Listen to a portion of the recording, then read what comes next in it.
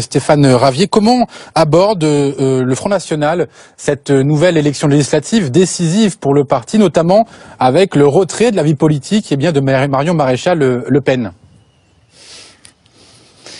Écoutez, le Front National aborde cette élection législative avec confiance, avec détermination.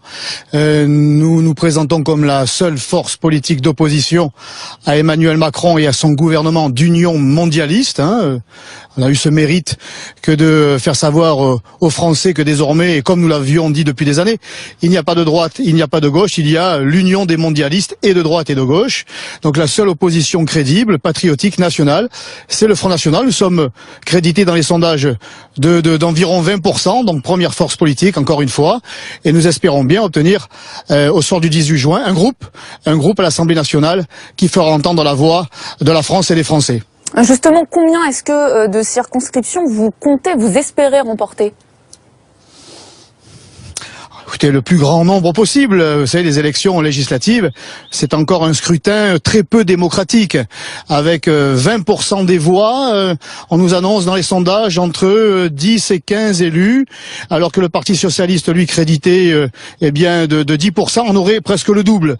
Bon, mais ça, c'est encore une démocratie made in Macron, made in UMPS, qui d'ailleurs déstabilise un peu les Français. Donc, raison pour laquelle je les appelle à la mobilisation, premier et deuxième tour, pour que nous obtenions le plus grand nombre de députés possible, que ce soit à Marseille, dans les Bouches-du-Rhône, et bien sûr sur le reste du territoire. Stéphane Ravier, très rapidement, on a vu une Marine Le Pen qui a fait son mea culpa après sa mauvaise performance lors du débat de l'entre-deux tours.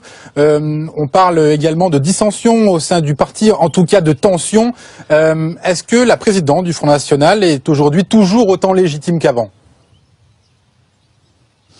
Et moi, j'ai eu le plaisir et l'honneur de faire partie de son équipe de campagne, et je vous le dis tout net, je suis très fier, moi, très fier de ma candidate, très fier de celle qui est redevenue présidente, et très fier de celle qui va devenir députée française au Parlement français, et j'espère siéger à ses côtés au soir du 18 juin.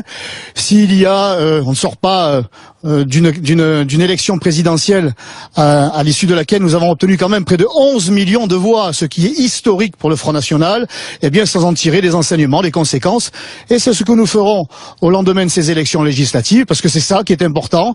Et le Front National, ma foi, planchera, réfléchira pour que dans les mois ou dans les années à venir, il soit plus fort encore et capable d'accueillir davantage de Français. Merci beaucoup Stéphane Ravier d'avoir accepté notre invitation cet après-midi sur BFM TV.